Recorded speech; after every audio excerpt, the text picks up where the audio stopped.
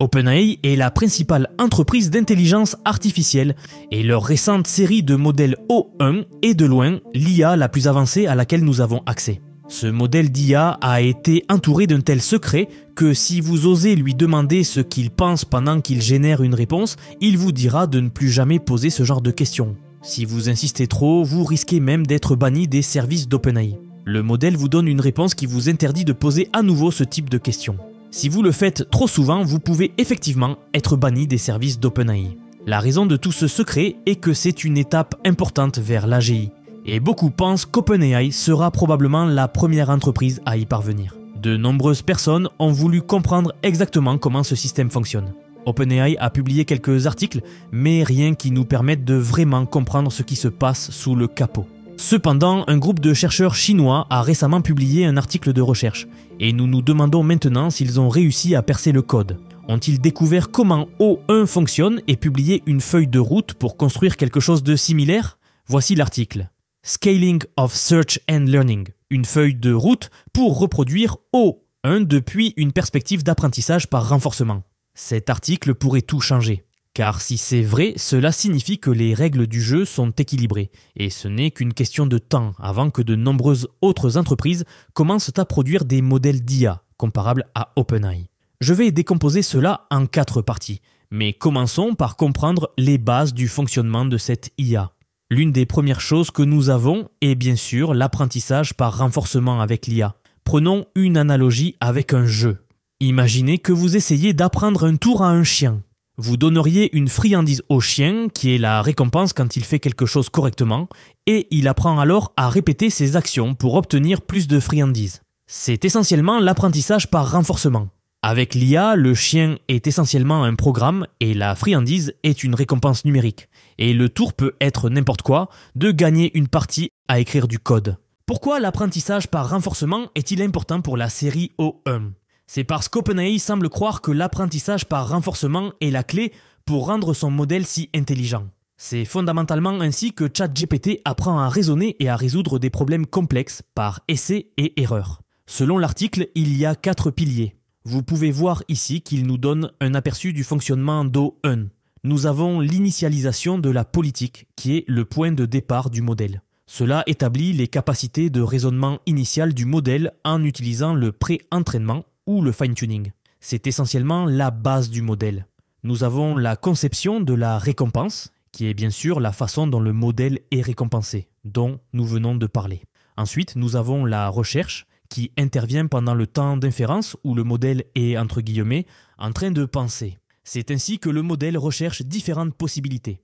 Et bien sûr, nous avons l'apprentissage, où vous améliorez le modèle en analysant les données générées pendant le processus de recherche. Vous utilisez ensuite différentes techniques comme l'apprentissage par renforcement pour améliorer le modèle au fil du temps.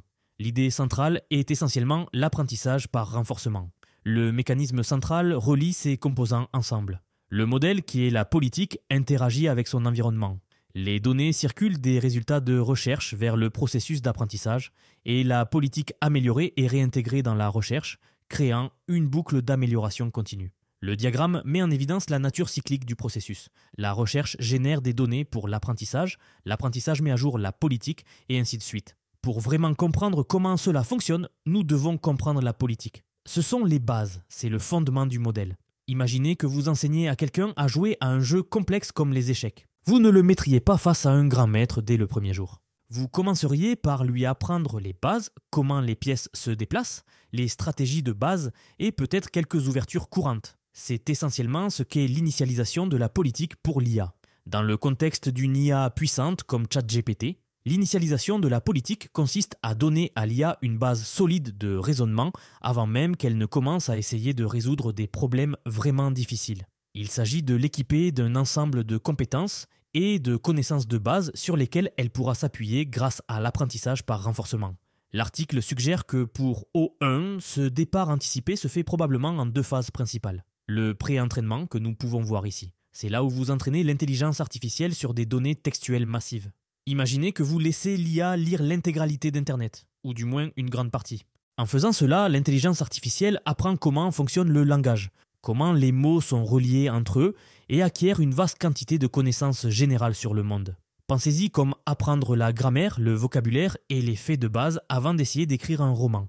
Et elle acquérera aussi des capacités de raisonnement basiques. Après l'entraînement sur ces données vient la partie importante, le fine-tuning avec des instructions et un raisonnement proche de l'humain. C'est là que nous donnons à l'IA des leçons plus spécifiques sur la façon de raisonner et de résoudre des problèmes. Cela implique 2 techniques clés que nous pouvons voir ici. L'ingénierie des prompts et le fine-tuning supervisé. L'ingénierie des prompts consiste à donner à l'IA des instructions ou des exemples soigneusement élaborés pour guider son comportement. L'article mentionne des comportements comme l'analyse de problèmes, où l'on reformule le problème pour s'assurer qu'il est bien compris. La décomposition des tâches consiste à diviser un problème complexe en étapes plus petites et plus faciles, où l'on dit littéralement « réfléchis d'abord étape par étape ». Et bien sûr, avec le fine-tuning supervisé que l'on voit ici sous l'abréviation SFT, cela implique d'entraîner l'IA sur des exemples d'humains résolvant des problèmes, en lui montrant essentiellement la bonne façon de penser et de raisonner. Cela peut inclure de lui montrer des exemples d'experts expliquant leur processus de réflexion étape par étape. En résumé, l'initialisation de la politique consiste à donner à l'IA une base solide en matière de langage, de connaissances et de compétences de raisonnement de base. Cela la prépare au succès pour les étapes ultérieures d'apprentissage et de résolution de problèmes. Cette phase d'O1 est cruciale pour développer des comportements de raisonnement semblables à ceux des humains dans l'IA, leur permettant de penser systématiquement et d'explorer efficacement les espaces de solutions. Ensuite, nous arrivons à quelque chose de super intéressant, la conception des récompenses. Cette image que vous pouvez voir à l'écran illustre 2 types de systèmes de récompenses utilisés dans l'apprentissage par renforcement. La modélisation des récompenses par résultat, ORM, et la modélisation des récompenses par processus, PRM. L'explication est en fait assez simple. La modélisation des récompenses par résultat évalue uniquement la solution en fonction du résultat final. Si la réponse finale est incorrecte, la solution entière est marquée comme fausse. Dans cet exemple, certaines étapes sont en fait correctes, mais comme le résultat final est incorrect, l'ensemble est simplement marqué comme faux. C'est là qu'intervient la modélisation des récompenses par processus, qui est bien meilleure. Avec la modélisation des récompenses par processus, chaque étape de la solution est évaluée individuellement. Les étapes correctes sont récompensées et les incorrectes sont pénalisées. Cela fournit un retour plus détaillé qui aide à guider les améliorations pendant l'entraînement. On peut voir que les étapes 1, 2 et 3 sont correctes et reçoivent donc des récompenses, tandis que les étapes 4 et 5 sont incorrectes et sont donc signalées comme des erreurs. Cette approche est bien meilleure car elle identifie les erreurs exactes dans le processus plutôt que de rejeter la solution entière. Ce diagramme souligne l'importance des récompenses par processus. Dans les tâches impliquant un raisonnement en plusieurs étapes, cela permet des améliorations itératives et de meilleurs résultats d'apprentissage, ce qu'ils pensent être essentiellement ce qu'utilise O1. C'est là que nous arrivons à la partie vraiment intéressante. Mais avant de voir ça, très rapidement, j'aimerais vous parler du nouveau projet que j'ai en ce moment. Comme vous le savez, sur cette chaîne, on analyse toutes les sorties et toutes les nouveautés en rapport avec l'IA. Mon but est avant tout de faire découvrir cette magnifique technologie au plus grand nombre et surtout, et avant tout, d'éveiller les consciences par rapport à l'IA. Comme je vous l'ai déjà dit, je ne sais pas vous, mais moi quand j'en parle autour de moi, les gens n'ont pas vraiment conscience de ce qu'est l'IA. Ils ne se rendent pas compte de l'impact que celle-ci va avoir dans la société. Un impact monumental. Alors je l'ai déjà dit, je ne fais pas de placement de produits sur cette chaîne, je veux la garder la plus authentique possible. Alors c'est pour cela que j'ai créé une formation si vous voulez apprendre à utiliser l'IA dans absolument tous les domaines de votre vie. D'ailleurs, si vous regardez cette vidéo, je pense qu'il y a de très grandes chances que vous utilisiez déjà l'IA, notamment ChatGPT par exemple. Eh bien, si vous voulez pousser beaucoup plus loin votre réflexion et apprendre à utiliser tous les outils de l'IA et savoir comment exactement les appliquer à tous les domaines de votre vie, vous pouvez regarder le lien que je vais vous laisser en commentaire épinglé sous la vidéo. Donc n'hésitez pas à y faire un tour si vous êtes intéressé par le sujet. Je tiens juste à préciser que vous aurez également accès à la communauté Vision IA. J'ai lancé le projet il y a très peu et vous êtes déjà plus d'une centaine à avoir fait l'acquisition de la formation. Ce qui est vraiment bien, c'est que vous venez de beaucoup de domaines différents et j'adore discuter avec vous régulièrement de savoir comment appliquer les outils que vous apprenez dans vos domaines précis. C'est vraiment intéressant. Bref, désolé pour la petite coupure, je ne perds pas plus de temps et je vous rappelle que vous trouverez tous les liens dans la description ou dans les commentaires de la vidéo. Car c'est là que nous abordons la recherche, que beaucoup ont salué comme l'élément qui pourrait nous mener à la super-intelligence. En fait, j'ai récemment vu un tweet qui l'affirmait, je veillerai à l'ajouter à l'écran. Alors, quand nous décidons de décomposer cela, c'est essentiellement là où nous avons l'intelligence artificielle qui réfléchit. Quand vous avez une IA puissante comme O1, elle a besoin de temps pour réfléchir, explorer différentes possibilités et trouver la meilleure solution. Ce processus de réflexion est ce que l'article appelle la recherche. En réfléchissant davantage, ils disent qu'une façon d'améliorer les performances est de penser plus pendant l'inférence. Cela signifie qu'au lieu de générer une seule réponse, elle explore plusieurs solutions possibles avant de choisir la meilleure. Par exemple, pensez à l'écriture d'un essai. Vous n'écrivez pas seulement le premier brouillon pour le soumettre, n'est-ce pas ? Vous réfléchissez aux idées, vous écrivez plusieurs versions, vous révisez et modifiez jusqu'à ce que vous soyez satisfait du produit final. C'est aussi essentiellement une forme de recherche. Il y a 2 stratégies principales dans le domaine de la recherche, et l'article met en évidence ces stratégies qu'O1 pourrait utiliser pour ce processus de réflexion. En premier lieu, nous avons la recherche arborescente. Imaginez un arbre qui se ramifie, où chaque branche représente un choix ou une action différente que l'IA pourrait potentiellement prendre. La recherche arborescente consiste à explorer l'arbre, en suivant différents chemins pour voir où il mène. Par exemple, dans une partie d'échecs, une IA pourrait considérer tous les coups possibles qu'elle pourrait faire, puis toutes les réponses possibles de son adversaire, et ainsi construire cet arbre de possibilités. Elle utilise ensuite certains critères pour décider quelles branches explorer davantage et lesquelles élaguer, se concentrant sur les chemins les plus prometteurs. C'est un peu comme un jardinier qui taille sélectivement les branches pour aider un arbre à pousser dans la bonne direction. Un exemple simple est l'échantillonnage des N meilleures options, où le modèle génère N solutions possibles, puis choisit la meilleure selon certains critères. En bas à droite, nous avons les révisions séquentielles. C'est comme écrire cet essai dont nous parlions plus tôt. L'intelligence artificielle commence par une première tentative de solution, puis l'affine étape par étape, apportant des améliorations au fur et à mesure. Par exemple, une IA pourrait générer une réponse initiale à un problème mathématique, puis vérifier son travail, identifier les erreurs et réviser sa solution en conséquence. C'est comme réviser votre essai, repérer les erreurs et l'améliorer à chaque relecture. Il faut aussi réfléchir à la façon dont l'intelligence artificielle décide quel chemin explorer dans la recherche arborescente ou comment réviser la solution dans la révision séquentielle. L'article mentionne 2 types de guidage. Nous avons le guidage interne, où l'IA utilise ses propres connaissances et calculs internes pour guider sa recherche. Un exemple est bien sûr l'incertitude du modèle, où le modèle peut estimer son niveau de confiance dans certaines parties de sa solution. Il peut se concentrer sur les zones où il est moins certain, explorant des alternatives ou faisant des révisions. C'est comme revérifier son travail quand on n'est pas vraiment sûr d'avoir fait une erreur.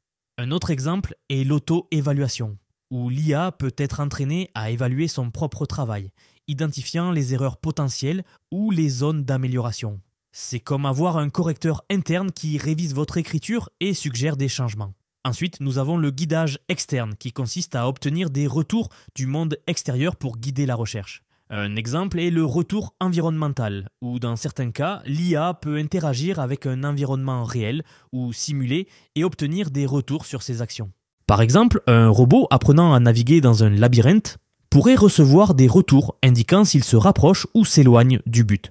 Un autre exemple est l'utilisation d'un modèle de récompense dont nous avons parlé plus tôt. Le modèle de récompense peut fournir des retours sur la qualité des différentes solutions ou actions, guidant l'IA vers de meilleurs résultats. C'est comme avoir un professeur qui note votre travail et vous dit ce que vous avez bien fait et ce que vous devez améliorer. En essence, l'élément de recherche et le processus par lequel O1 explore différentes possibilités et affine sa solution sont guidés à la fois par ses connaissances internes et ses retours externes. C'est une partie cruciale de ce qui rend O1 si performant dans les tâches de raisonnement complexe. La recherche est donc la façon dont l'IA réfléchit à un problème. Mais comment s'améliore-t-elle réellement dans la résolution de problèmes au fil du temps ? C'est là qu'intervient l'apprentissage. L'article suggère que O1 utilise une technique puissante appelée apprentissage par renforcement pour améliorer ses performances. La recherche génère les données d'entraînement.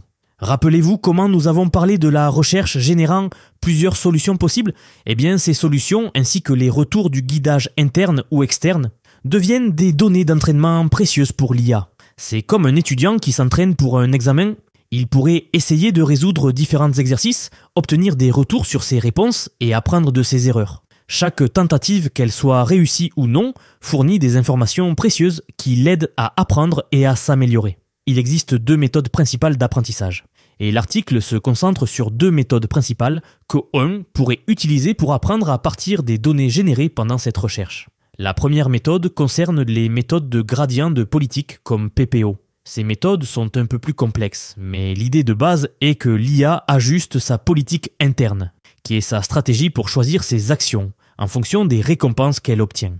Les actions menant à des récompenses élevées deviennent plus probables, tandis que celles menant à de faibles récompenses deviennent moins probables. C'est comme affiner le processus de prise de décision de l'IA basé sur ses propres expériences. PPO, ou optimisation de politique proximale, est une méthode populaire de gradient de politique connue pour sa stabilité et son efficacité. C'est comme avoir une manière prudente et méthodique de mettre à jour la stratégie de l'IA, s'assurant qu'elle ne change pas trop drastiquement en réponse à une seule expérience.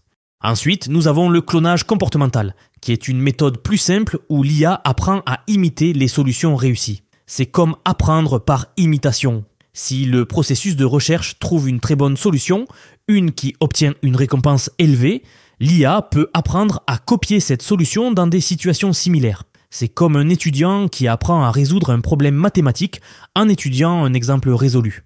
L'article suggère que O1 pourrait utiliser le clonage comportemental pour apprendre des meilleures solutions trouvées pendant la recherche. Cela permet d'ajouter efficacement ces solutions à son répertoire de stratégies réussies. Ou cela pourrait être utilisé comme une façon initiale de préparer le modèle avant d'utiliser des méthodes plus complexes comme PPO. Nous avons ensuite la recherche et l'apprentissage itératif, et la véritable puissance de cette approche vient de la combinaison de la recherche et de l'apprentissage dans une boucle itérative. L'intelligence artificielle recherche des solutions, apprend des résultats, puis utilise ses connaissances améliorées pour mener des recherches encore meilleures à l'avenir. C'est comme un cycle continu de pratique, de retour d'informations et d'amélioration, et l'article suggère que ce progrès itératif est la clé de la capacité d'O1 à atteindre des performances surhumaines sur certaines tâches. En cherchant et en apprenant continuellement, l'IA peut dépasser les limites de ses données d'entraînement initiales et potentiellement découvrir des solutions nouvelles et meilleures que celles auxquelles les humains n'ont pas pensé. Maintenant que nous avons expliqué le fonctionnement d'O1 et que vous connaissez les bases, les 4 piliers clés, pensez-vous que nous sommes proches de la super-intelligence ? Après avoir lu cet article de recherche et compris les détails précis du fonctionnement d'O1, je comprends vraiment pourquoi la communauté de l'IA au sens large affirme que la super-intelligence n'est pas si loin. Si une IA peut rechercher des solutions, puis apprendre de ses résultats, et utiliser ses connaissances améliorées pour mener des recherches encore meilleures à l'avenir, avoir un cycle continu de pratique, de retour d'informations et d'amélioration, atteindre des performances surhumaines serait possible en théorie. Donc peut-être que la super-intelligence artificielle n'est pas si loin.